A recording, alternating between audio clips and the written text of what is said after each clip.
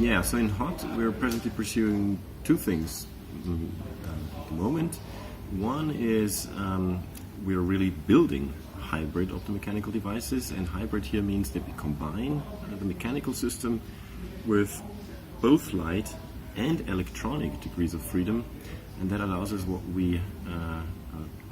to build what we call a transducer, meaning just a device that translates electronic signals to optical signals. And the other avenue that we're pursuing in HOT is we're asking ourselves the question, if we make measurements on mechanical systems with mechanical systems, which role does quantum physics play? Are there limitations, say, in the sensitivity in particular for the measurements that you can make related to the fundamental laws of quantum physics? Yeah, so these transducers, they are basically links, translating devices between the world of electronics, meaning electrons running on some wires, and the world of optics, meaning photons, say, in an optical fiber. And we're interested in having these transducers because, for example, in magnetic resonance imaging, really the signal that you first get it's a magnetic signal, and a coil catches this magnetic signal and translates it into a current. So this is an electronic signal, electrons running on a wire. And we want to get these signals out of the instrument, which is the magnetic resonance imaging machine, the big scanner that you would have in a hospital. And to get it out, there can be many advantages doing that on optical fiber, because the photons that run on these optical fibers, they don't interfere with each other, so we expect that the signals that you get out are overall less distorted, and so this is one application for such a transducer.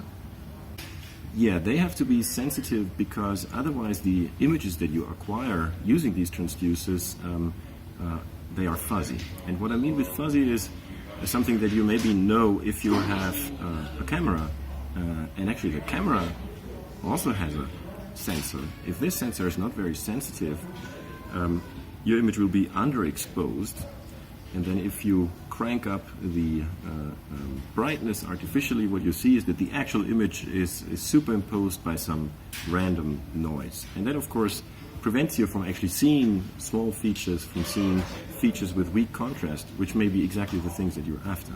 And so that's why we want a very sensitive transducer, so that this effect is as small as possible.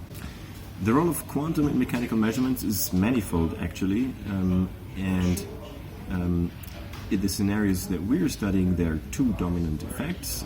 The first is relatively easily observed. That is, if I use, say, a light field or an optical interferometer to measure a mechanical system, the light field itself has some noise, that fuzz that I spoke about already previously, that will make it more difficult for me to discern a small displacement of the mechanical system. But within the period of HOT, we have now also deeply delved into the regime where another quantum measurement effect becomes very important, which is known as quantum back action. And that is really an important principle in quantum physics, namely, if you make a measurement, the system that you measure actually gets disturbed by your measurement. And this is what is called the quantum back action, and this is something that we're also seeing in our measurements.